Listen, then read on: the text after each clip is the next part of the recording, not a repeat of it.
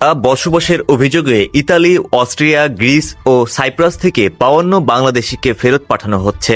আজ বৃহস্পতিবার সকাল ৭টার দিকে চার্টার্ড ফ্লাইটে হজরত শাহজালাল আন্তর্জাতিক বিমানবন্দরে প্রথম দফায় ৩২ জনের পৌঁছানোর কথা রয়েছে। ফেরত পাঠানো সবাই পুরুষ। বাকি ২০ জনকে কবে পাঠানো হবে সেই দিনক্ষণ এখনও জানা যায়নি।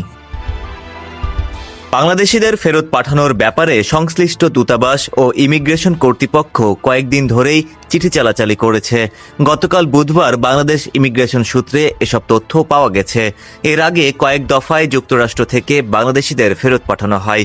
ডোনাল্ড ট্রাম্প প্রশাসন দায়িত্ব নেওয়ার পর কড়া অভিবাসন নীতি গ্রহণ করে। ২০২৪ সালের শুরু থেকে এই সেপ্টেম্বর পর্যন্ত যুক্তরাষ্ট্র থেকে ফেরত পাঠানো বাংলাদেশির সংখ্যা অন্তত ১৮৭ জন।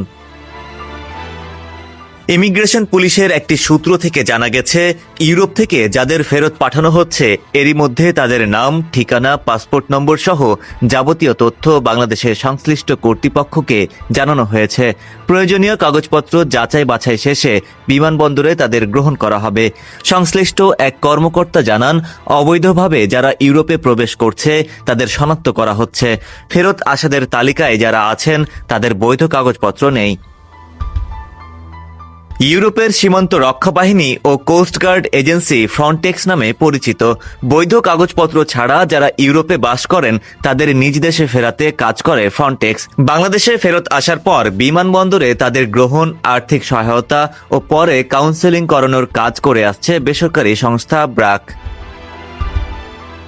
বিমানবন্দর ও অভিবাসন নিয়ে কাজ করছেন এমন এক কর্মকর্তা জানান, গত ২ আগস্ট যুক্তরাষ্ট্রের C-17 সামরিক উড়োজাহাজে এক নারীসহ ৩৯ বাংলাদেশিকে ফেরত পাঠানো হয়।